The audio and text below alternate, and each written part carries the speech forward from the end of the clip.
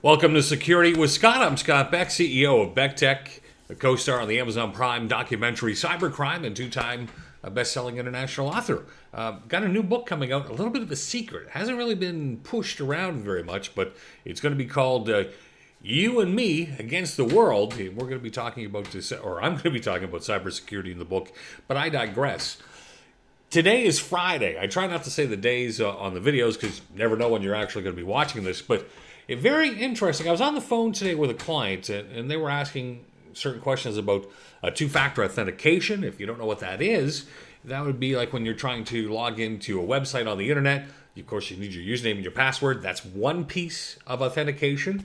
And then typically with two-factor authentication, you would either get a text message sent to your phone that you would have to then enter in, or maybe they have an authenticator app and you'd have to get a number off that app that's on your phone as well and put it into the site, and then you'd have access. The whole point of that is to try to stop hackers from being able to guess your password and then gain access into your accounts. Very important when we're talking about banking sites. Incidentally, Canada, the Big Five, there's only one bank presently offering across the board two-factor authentication. That's scary. Now I'm talking about the Big Five.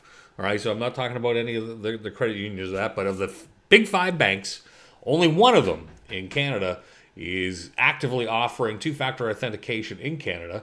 Strangely, a few of them are offering it for their international clients. Go figure. I don't know.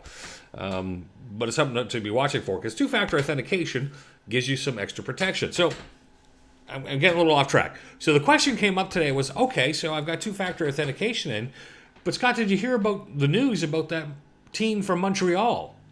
And yes, I had. And it's come up on a few newscasts, and it was starting to make some news south of the border. So it's a SIM scam.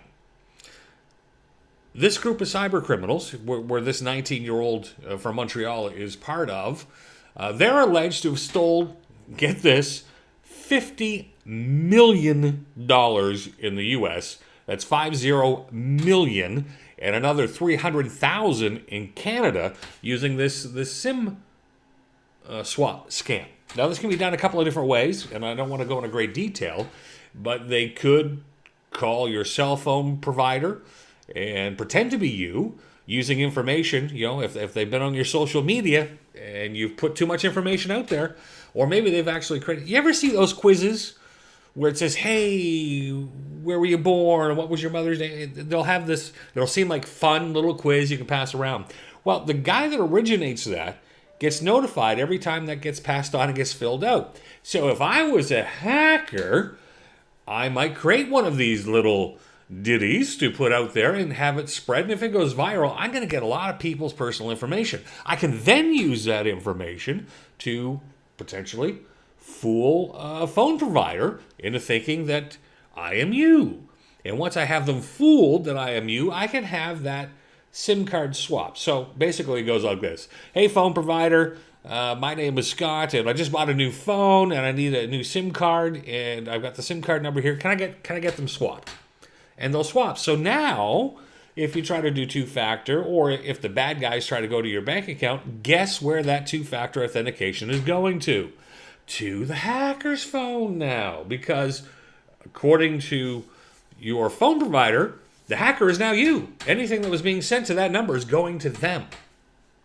That's one of the most common ways, and unfortunately, there's not a whole lot you can do about that. Now, in recent months, I know a couple of our phone carriers have made some big changes around this, because, we cybersecurity guys have been talking for years, you got to have a PIN, you got to have a PIN, you got to have a PIN.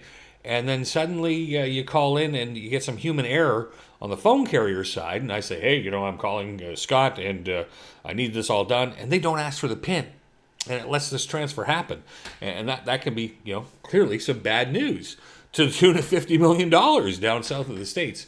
So this is something to be watching for. So if suddenly phone calls aren't coming to your phone, or you're not getting text messages, you might want to call your cell phone provider and say, hey, what's up? Is there anything going on with my SIM card?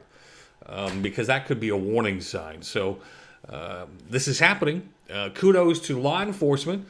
In this case, this cyber ring. Now, they don't have everybody in custody yet, but They got this 19-year-old. The Toronto police worked with the Montreal police and worked with the FBI south of the border, and they're closing in on this particular ring. The problem is there's a lot of rings, and as you just figured out, why is there a lot of rings? 50 million reasons why. Well, hopefully you enjoyed this episode. If you've got any questions or topics that you'd like to have me discuss, just, you can either post them down below here, or you can send them direct to me. I'm happy to answer. We had some this week, and I'm looking forward to talking to you again on Monday.